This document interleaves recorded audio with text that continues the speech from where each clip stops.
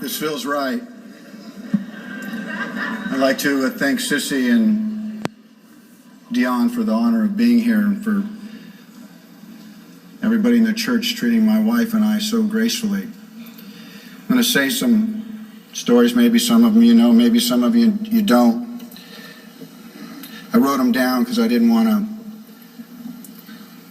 to miss anything. The song "I Will Always Love You" almost wasn't. It wasn't supposed to be in the movie.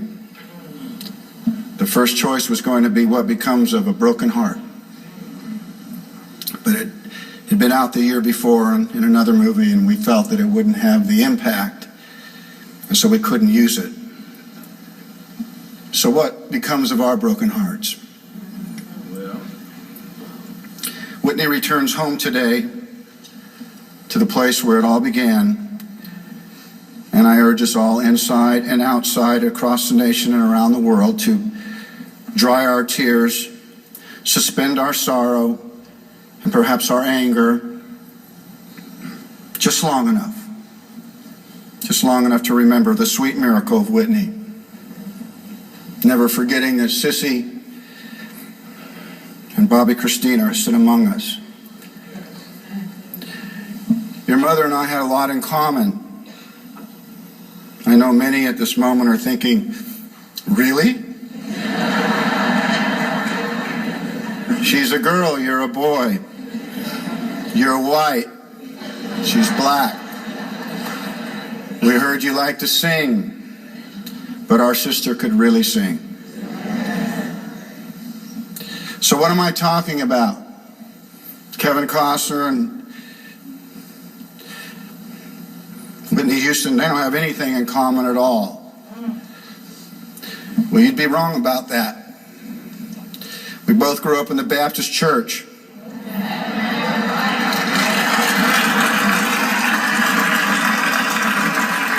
Wasn't as big as this.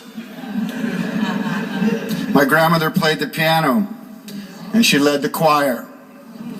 And her two daughters, my mom and my aunt, both sang in it. The rest of my family, uncles, aunts, and cousins sat every Sunday out front and watched. My earliest memories are tied to that old church in Paramount.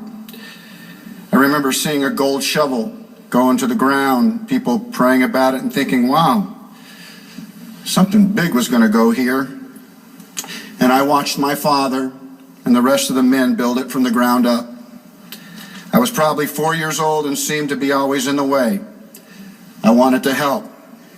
I wanted to be in on the action.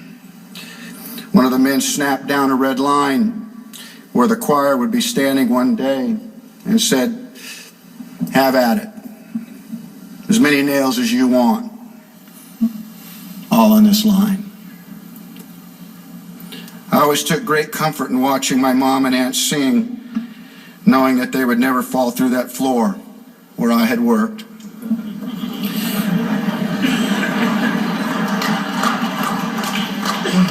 The church was the center of our social life, and Whitney and I would laugh, knowing it was also the place where you could really get into big trouble, especially when you were allowed to sit with your friends and not your parents in the big church. I remember more than once being pulled from the pew for whispering and passing notes. I don't believe my feet ever hit the floor as my father hauled me outside in front of everyone. I believed even the preacher prayed for me. Whitney's favorite story of mine was me sneaking into the church kitchen after communion. I liked the little glasses of grape juice that were left over. I liked how they felt in my hand. I couldn't have been over 6 at the time, but I would lean against the table and one by one I would knock them back. Having some imaginary conversation with someone.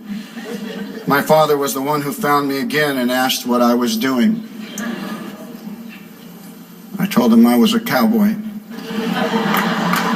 and that I was drinking whiskey. I don't think my feet touched the floor that day either. It was easy for us to laugh. The church was what we knew. It was our private bond.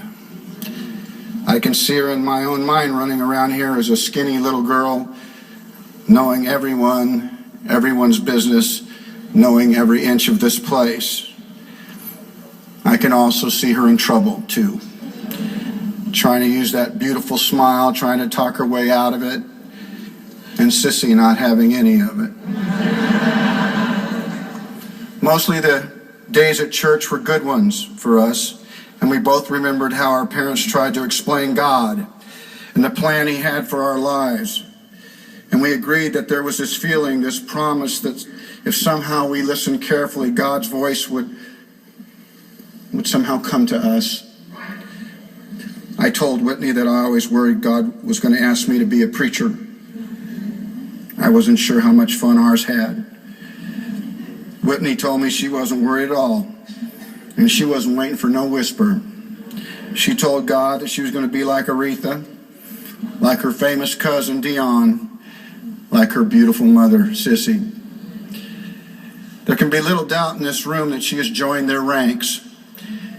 And as the debate heats up this century, and it surely will, about the greatest singer of the last century, as the lists are drawn, it will have little meaning to me if her name is not on it.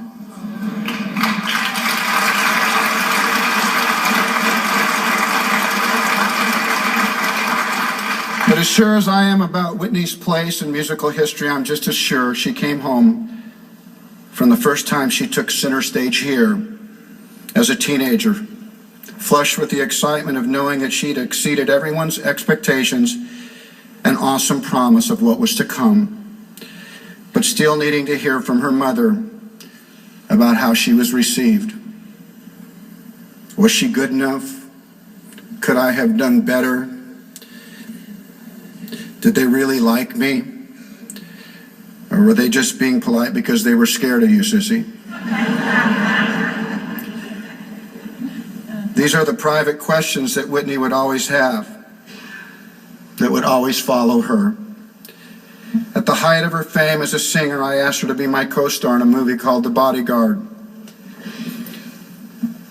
I thought she was the perfect choice, but the red flags came out immediately. Maybe I should think this over a bit.